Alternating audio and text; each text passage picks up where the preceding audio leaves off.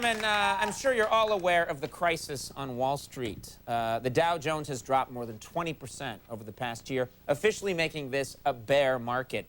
Now, in addition to the obvious effects of this economic downturn, bear markets traditionally create another unpleasant side effect.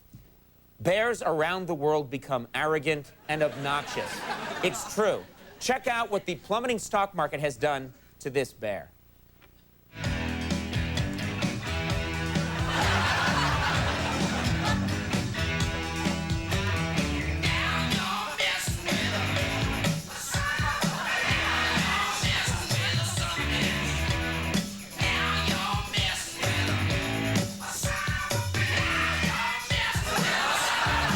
The bear is really obnoxious. He's the bad bear, and I think that maybe...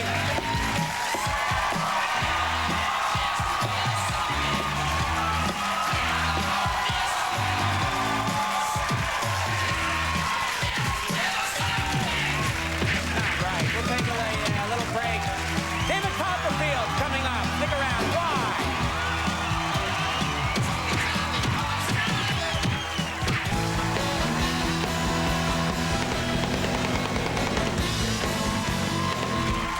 Ladies and gentlemen, my next guest tonight is one of the most popular illusionists in the world, and you can see him on April 3rd in his CBS special, Tornado of Fire. Please welcome David Copperfield.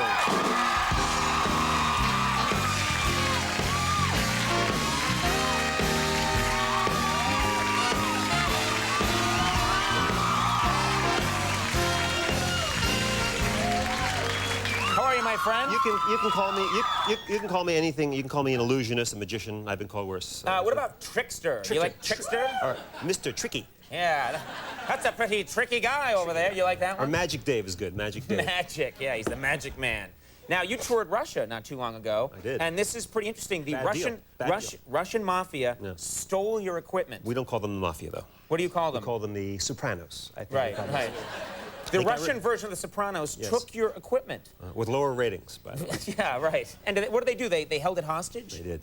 And how did you get your equipment back? We had to hire an ex-KGB officer, actually, to bribe them to get the money, to get it back. Really? Yeah. My stuff, not just my illusions, my office equipment, my clothes, everything was stuck there. But they took, like, the rabbit and the hat, and they took the...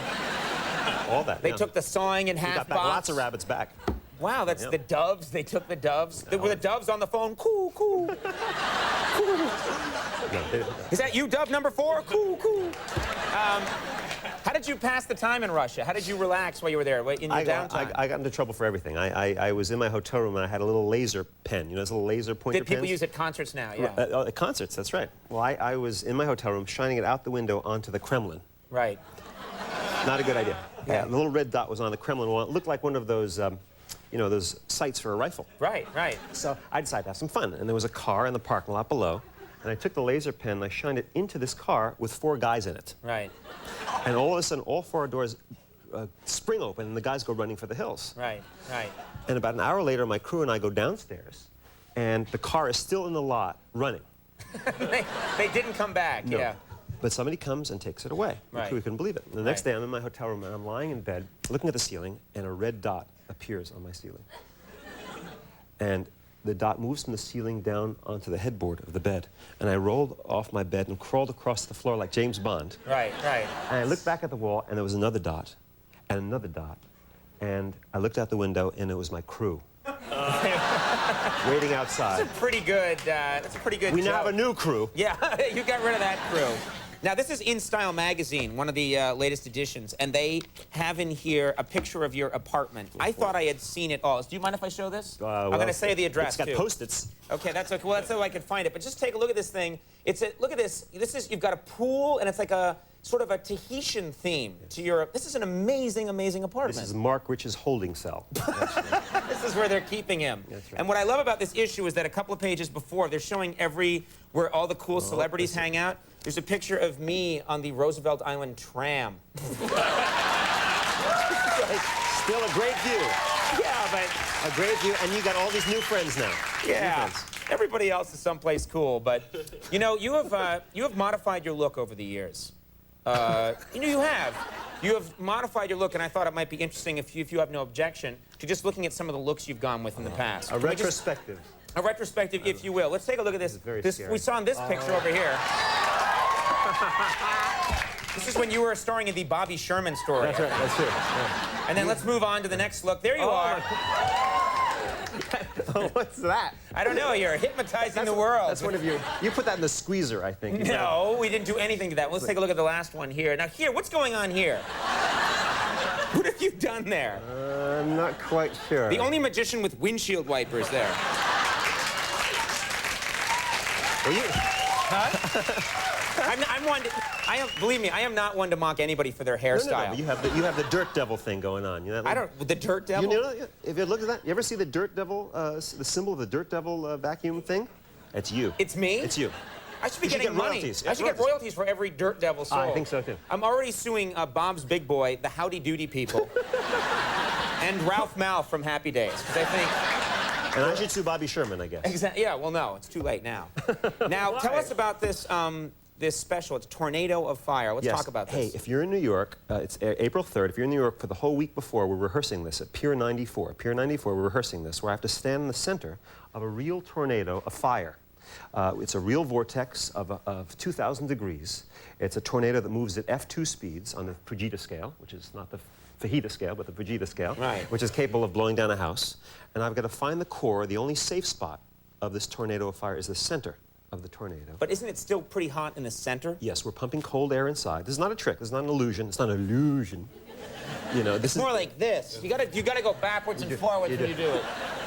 You do it in 3D. You do it in 3D. That's really good.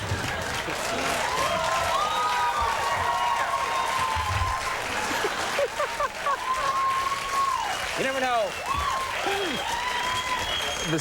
I found found that if you hold the camera still, it's very easy to disappear and then appear again. Hard to do on stage. Yeah. But, are you wearing a protective garb of some kind? I am this Nomex. It's a Nomex suit. My eyes are exposed. They've got protective gel on me, but my eyes are exposed, and, well, we'll show you the idea. We've been rehearsing it in California, but this is a real thing. It's in New York, Pier 94, and on April 3rd in CBS. It's a physical challenge. We have a clip here. Are we going to see, is this actually you in the center? No. This is a crash test dummy. This is a crash test but first dummy. you're going to see the vortex first, I believe. Right. We'll see and this is a dummy that you're practicing it on. This is a vortex of 2,000 degrees. Okay. And again, the only safe spot is the center of it. And I've got to move and become one with this tornado. This is a mannequin. This is a dummy, but the dummy's wearing what you're going to be wearing? Yes.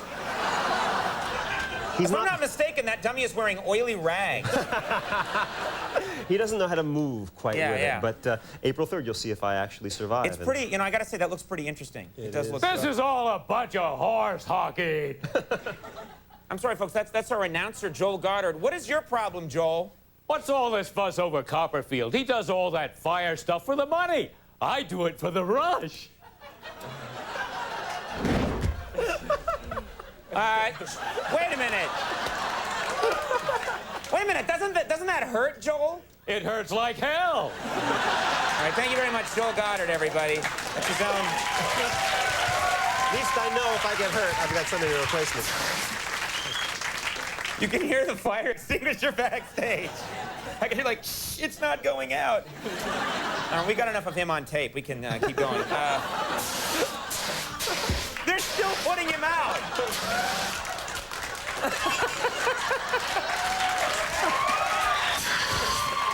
Okay, he's fine. Thank you, Joel. I was getting worried because I heard the fire extinguisher and then I heard it continue for like 45 seconds. I got worried. All right, now they're just having fun. Hey, this does look pretty cool, though. Tornado of Fire is on CBS Tuesday. Live. April 3rd, live. Anything could happen at 8 o'clock p.m. David, thank you very much for being here. My Best pleasure. of luck with you. David Copperfield. We'll be right back with Bob Marley, comedian. We'll stick around.